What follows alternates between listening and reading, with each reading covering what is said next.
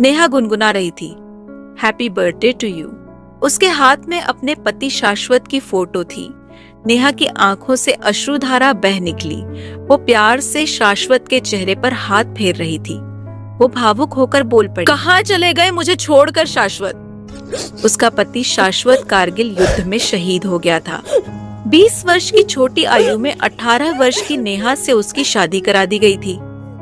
अभी उसकी हाथों से मेहंदी उतरी भी नहीं थी कि नेहा के लिए इस मनहूस खबर ने उसकी उमंगे, सपने सब जलाकर राख कर दिए थे। आज उम्र के 40 बसंत देखने के बाद भी नेहा बहुत सुंदर और जवान दिखती थी। उसके मन में शाश्वत के अलावा कभी किसी का ख्याल भी नहीं आया। उसका दिल बाहर जरूर आता था कि विधाता ने भी उसके साथ क्या मजाक किया था। नाम शाश्वत और उम्र इतनी छोटी। नेहा के दिल ने भी जिद पकड़ ली थी कि मानो वो उसे हमेशा जिंदा रखेगी। तभी मोबाइल की घंटी बजी। ये सोचते हुए नेहा ने फोन उठा लिया। क्या कर रही थी? जरूर शाश्वत की फोटो सीने से लगाकर रो रही होगी। नेहा भावुक होकर बोली, जब आप जानती हो तो पूछती क्यों हो माँ? इसलिए ताकि तू जिंदगी में आगे बढ़ सके मेरी बच्ची। तुझे इस तरह देखकर दिल जलता है मेरा। तू मेरी बहू न रह सकी तो क्या, मेरी बेटी बन जा और एक दामाद ले आ मेरे लिए प्लीज। हंसते हुए नेहा ने कहा, कौन कहेगा कि आप मेरी सास हैं? मुझे बेटी से भी ज्यादा प्यार दिया है आपने। तो फिर माँ की बात मानती क्यों नहीं? जल्दी से किसी को पसंद कर ले और मुझे खुशी दे मेरी बच्ची। नहीं माँ, ये समाज क्या कहेगा? लोग कहेंगे कि अपनी शारीरिक जरूरतों के लिए इसने दूसरा विवाह कर लिया। 10 ताने मारेंगे मुझे। फिर मैं मेरे शाश्वत के साथ ही खुश हूँ और न जाने अब कौन मिले। तू कहे तो मैं कोई अच्छा सा लड़का ढूंढूं तेरे लिए। बस पिछली बार की तरह उसे भगा मत देना। अच्छा माँ, ठीक है, अब रखती हूँ। दरवाजा खोलते ही नेहा बोली, आप कौन? एक स्मार्ट यंग लड़का कोई 25-30 बरस का दरवाजे पर खड़ा था। उसने हाथ जोड़ दिए और प्यारी सी मुस्कुराहट के साथ बोला, जी नमस्ते, मैं सामने नए फ्लैट में आया हूँ।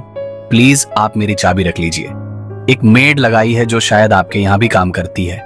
वो आपसे ही इसे ले लेगी और काम खत्म करके दे भी जाएगी आपको। मैं 1-2 दिन में ही उसकी अलग चाबी बनवा लूंगा। तब तक क्या मैं आपको ये कष्ट दे सकता हूँ? अरे इसमें कष्ट कैसा? पड़ोसी होने के नाते ये तो कर ही सकती हूँ मैं। आइए चाय पीकर जाएं। उसने औपचारिकता निभाई। वो थोड़ा झिझका, लेकिन फिर अंदर आ ही गया। नेहा चाय बिस्कुट ले आई थी कुछ देर में। तब तक वो उसके कमरे की हर चीज ध्यान से देख रहा था। सामने एक खूबसूरत लड़की की पेंटिंग को इशारा करते वो बोला, ये पेंटिंग्स आपने बनाई हैं? जी, खाली वक्त नहीं कटता तो कभी बना लेती हूँ।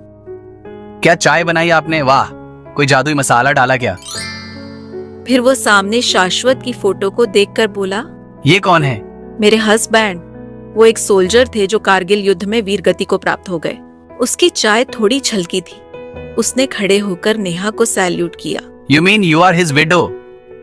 आप इतनी उम्र की बिल्कुल नहीं लगती। सब ऐसे ही कहते हैं। उस लड़के ने पहली बार अपना नाम बताया और नेहा की तरफ दोस्ती का हाथ बढ़ाया।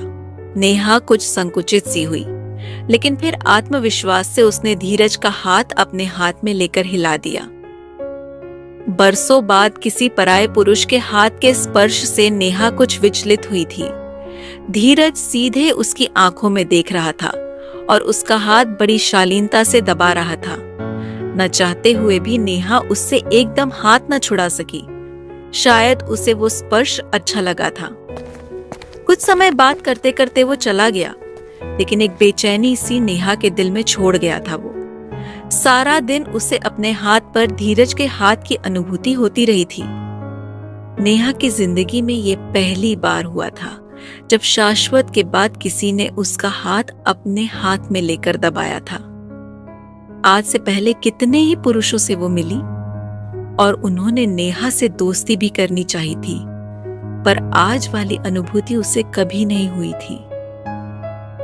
नेहा ने अपने सिर पर मारते हुए कहा, क्या बेवकूफों की तरह सोच रही हूं? वो बहुत छोटा है उम्र में, फिर कौन जाने शादीशुदा हो, एंगेज हो।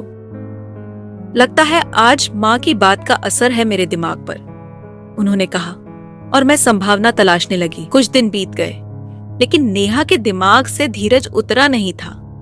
एक दिन शाम को धीरज फिर धमका, और आज उसके हाथ में लाल गुलाब का एक बुके भी था। उसने घुसते ही कहा, हैप्पी बर्थडे। और बुके नेहा के हाथों में पकड़ा दिया। नेहा तो शॉक्ड रह गई और कहा, आपको कैसे पता चला आज मेरा बर्थडे है? सोशल मीडिया, आपके FB अकाउंट से देखा, आपको बुरा लगा। सॉरी। नहीं, ऐसा कुछ नहीं। उसने अपना मुंह लटका लिया था। धीरज को नर्वस देखकर नेहा खुद पर कोफ्त हुई और मन ही मन बोली, मेरी फीलिंग्स इसके लिए गलत हैं। इसे ऐसा कुछ अनुभव हो ये जरूरी तो नहीं। बिना बात बेचारे को टोक दिया मैंने। धीरज उसकी बात से उत्साहित होकर बोला, तो आज का क्या प्रोग्राम है आपका? क्या प्रोग्राम होना है? मेरा कौन है जो जिसके साथ मैं कहीं जाऊंगी? नेहा अचानक से बोल उठी। उसे एहसास हुआ कि वो गलत बात बोल गई और अपनी बात को संभालते हुए बोली, मुझे ज्यादा शौक भी नहीं बाहर जाने का। धीरज ने उसके करीब आकर उसकी आंखों में देखते हुए कहा, आपकी इजाजत हो तो मैं आपको आज कहीं ले जाऊं अपने साथ। वो दिल से उसे मना करना चाहती थी, पर जुबान से हाँ बोल गई। धीरज ने खुश होकर कहा, हुर्रे! और एक बार फिर उसने नेहा का हाथ अपने हाथ में लेकर दबा दिया। कितने दिनों से इस इंतजार में थी नेहा। उसके स्पर्श से वो पिघलने लगी थी। उसने यकायक धीरज का हाथ छोड़ दिया और कहा, आप जाओ यहाँ से, प्लीज मुझे अकेला छोड़ दीजिए। धीरज ने उसके दोनों कंधे अपने हाथों से पकड़कर कहा, क्या हुआ नेहा आपको? मेरी आंखों में देखिए, बताइए आपको क्या बात परेशान कर रही है? धीरज को अपने इतने पास देखकर नेहा घबरा गई। उसका दिल किया कि वो उससे लिपट कर फूट फूट कर रोए, पर वो ऐसा नहीं कर पाई। आप क्यों मेरे करीब आते हैं धीरज? मुझसे सहन नहीं होता। क्योंकि आपसे दूर मुझसे भी रहा नहीं जाता। उस दिन के बाद 1 मिनट भी मैं चैन से सोया नहीं। पता नहीं मुझे क्या हो गया। मेरी माँ ने मुझे हजारों लड़कियों की फोटो भेजी, पर मैंने किसी को नहीं देखा। लेकिन तुमको देखते ही जो अनुभूति मुझे हुई वो सर्वथा अनोखी है नेहा। क्यों मुझे केवल तुम ही पसंद आई नेहू? उसकी बात सुनते ही नेहा के धैर्य का बांध टूट गया था और वो दोनों लिपट गए एक दूसरे से। बहुत देर तक लिपटे रोते रहे और चूमते रहे एक दूसरे को और अपने सारे गिले शिकवे साझा करते रहे। कांपती आवाज में नेहा बोली, लेकिन हमारे इस रिश्ते का क्या नाम होगा धीरज? उसकी गोद में सिर रखते हुए वो बोला, मैं तुमसे शादी करूंगा। तुम्हें प्यार किया है मैंने, और तुम भी तो मुझे प्यार करती हो। और हमारी उम्र का अंतर, तुम बहुत छोटे हो मुझसे। लड़कियां भी तो पुरुषों से बहुत छोटी होती हैं। जब उसमें किसी को ऑब्जेक्शन नहीं तो इसमें क्यों? लेकिन लोग क्या कहेंगे धीरज? मुझे गलत समझेंगे और हो सकता है तुम्हें भी मुझसे। वो चुप हो गई थी ये बोलते बोलते। धीरज ने बेचैन होकर कहा, क्या नेहू बोलो ना, क्या कह रही थी तुम? तुम मेरी जिंदगी हो नेहू। हर हाल में तुम्हें अपना बनाकर ही रहूंगा। धीरज चला गया था और छोड़ गया था नेहा को बेचैन करके। आज से पहले उसने किसी पुरुष के साथ, यहाँ तक कि शाश्वत के साथ भी वैसी नजदीकी नहीं देखी थी। उसके रोम रोम को धीरज का साथ चाहिए था। अब वो और इंतजार नहीं करना चाहती थी। अगले दिन उसकी फ्रेंड आरतू का फोन आया। वो उसके पास आ रही थी, उससे मिलने के लिए लंच पर। नेहा खूब अच्छे से तैयार हुई और लंच बनाया। आज वो अपने दिल का सारा हाल रतु को बताने के लिए बेताब थी। किसी दो एक को बताकर वो अपना अपराध बोध जो उसके मन में शुरू से पल चुका था, उससे मुक्त होना चाहती थी। उसे लगातार लग रहा था कि वो कुछ गलत तो नहीं कर रही है। हाय नेहा, ऋतु उसे खुश देखकर चौंकी। तुझमें ये बदलाव कैसा? होठों पर लिपस्टिक, आंखों में गहरा काजल और चेहरे पर ये शर्मीली मुस्कुराहट। Are you in love with someone? और तू उससे देखते ही बोली तो नेहा उससे कुछ छिपा न सकी। उसके चेहरे की शर्म ने अरतु से सारी कहानी खुद कह दी थी। कौन है वो जिस पर हमारी नेहा का दिल आया है इतने समय बाद? नेहा ने रतु को फोटो दिखाया। नेहा की पलकें शर्म से झुक गई। ये तो बहुत यंग लग रहा है। क्या ये भी तुमसे? नेहा तड़प कर बोली, ये पागल है मुझे पाने के लिए। लेकिन तू जल्दबाजी मत करना नेहा, क्या पता उसका मन तेरे से जल्दी भर जाए। वो सिर्फ शारीरिक आकर्षण की वजह से तुझसे जुड़ा हो, उसकी जिंदगी में कोई और भी हो। वो ऐसा नहीं है। तेरा वो पहला प्यार है नेहा, पर तू उसका आखिरी प्यार हो ये जरूरी तो नहीं। नेहा के दिमाग में शक का बीज बो गई थी। रतु, वो डर गई थी, शायद उसकी बात सच न हो। वो कुछ दिन धीरज को अवॉइड करती रही। उसका मन तड़पता उससे मिलने को, लेकिन बहाना बनाकर उसे टालती रही थी नेहा धीरज को। वो खुद से पूछती और निरुत्तर रह जाती। रही सही कसर उसकी पड़ोसन मिसेस शर्मा ने पूरी कर दी। एक दिन वो अपनी किसी परिचिता का हवाला देते हुए बोली, सुना नेहा तुमने? कितना खराब जमाना आ गया है। पहले पिक्चरों में सुनते थे, अब हर जगह ये गंदे खेल होने लगे हैं।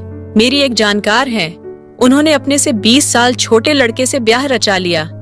बताओ, हद ही हो गई। लेकिन ऐसा भी तो हो सकता है कि वो दोनों प्यार करते हों। बालिग तो होगा ही वो लड़का। अरे खूब जानती हूँ ऐसी औरतों को, अकेलेपन का नाम लेकर यंग लड़कों को शिकार बनाती हैं। मिसेस शर्मा क्या क्या बोलती गई, लेकिन नेहा की कुछ सुनाई नहीं आ रहा था। वो जड़ हो गई थी और उसके मन अब एक बेचैनी सी होने लगी थी। वो कांप गई। क्या यही हाल मेरा भी होगा कल को? नहीं नहीं। अगले ही दिन धीरज ने जब कॉल की तो नेहा ने उसे घर पर बुलाया। आज धीरज बहुत खुश और एक्साइटेड था। वो जल्दी ही नेहा से शादी करना चाहता था, लेकिन नेहा बोली, तुमसे कुछ मांगू तो दोगे मुझे? जान मांग कर देखो, अब भी दे दूंगा। चांद तारे तोड़कर लाने की बात तो पुरानी है नेहू। वो लहकर बोला। उसे बाहों में भरने को बेताब था धीरज। मैं सीरियस हूं धीरज, तुम मुझे प्यार करते हो और मैं भी तुम्हें प्यार करती हूं, लेकिन एक वचन दो मुझे। जब हम दोनों प्यार करते हैं तो सारे वचन दिए तुम्हें। मुझसे आज और अभी शादी करोगे? आज? अभी? धीरज को उसकी बात सुनकर जैसे करंट लगा। उसे अपनी तरफ खींचते वो धीरज ने कहा, क्या बात कर रही हो जान? अभी कुछ दिन और एक दूसरे से मजे लेते हैं। एक दूसरे को समझते हैं। नेहा को उसके रुख से झटका लगा था। तो क्या वाकई में आरतू ठीक कह रही थी? ये उसके साथ टाइम पास ही कर रहा है। जिसे वो प्यार समझ बैठी वो प्यार कम, वासना ज्यादा है। नेहा ने कहीं पढ़ा भी था कि छोटी उम्र के लड़कों को अपनी से बड़ी उम्र की औरतों के साथ रहना ज्यादा अच्छा लगता है। उसने अपना सिर पकड़ लिया। Oh my God! क्या हुआ नेहा? तबीयत तो ठीक है ना तुम्हारी? धीरज ने नेहा से पूछा। नेहा धीरज से दूर जा बैठी। मैं ठीक हूँ, प्लीज मुझे अकेला छोड़ दीजिए। धीरज को भी आभास हो रहा था कि नेहा का मोह भंग हो रहा है उससे, और अब इस रिश्ते को ज्यादा नहीं चला सकेगा। ठीक है, तो फिर चलता हूँ, बाद में मिलते हैं। मुझे 1 महीने के प्रोजेक्ट के लिए बाहर जाना है, उसके बाद सोचेंगे तुम्हारे प्रस्ताव के बारे में। नेहा उसे जाते हुए देखती रही। उसका दिल टूटा जरूर था, पर आंखें भी खुल गई थी। धीरज के लिए जिस भावना को प्यार समझ बैठी थी, वो असल प्यार नहीं था, वो भी शारीरिक आकर्षण मात्र था, और उसकी वजह से वो किसी के साथ जिंदगी भर नहीं जुड़ सकती थी। और धीरज उसे लेकर कितना गंभीर है, वो उसने अपनी हरकतों से बता ही दिया था आज। नेहा को उबकाई सी आने को हुई और वो वॉशरूम में जाकर शॉवर के नीचे खड़ी हो गई। बहुत देर तक वो अपने शरीर पर लगे वो स्पर्श चिन्ह मिटाने की कोशिश करती रही जो पिछले काफी समय से उसे परेशान कर रहे थे। देर तक स्नान करते रहने से अब उसका मन हल्का हुआ था, क्योंकि वो प्यार और वासना का अंतर भली भांति जान चुकी थी। प्यार और वासना के अंतर की ये कहानी उम्मीद है आपको पसंद आई होगी। आप सुन रहे हैं मुझे, यानी शकुंतला को। बहुत जल्द आपसे मिलूंगी एक दूसरी कहानी लेकर आपके अपने चैनल हाई रेटेड स्टोरी पर। तब तक के लिए अलविदा।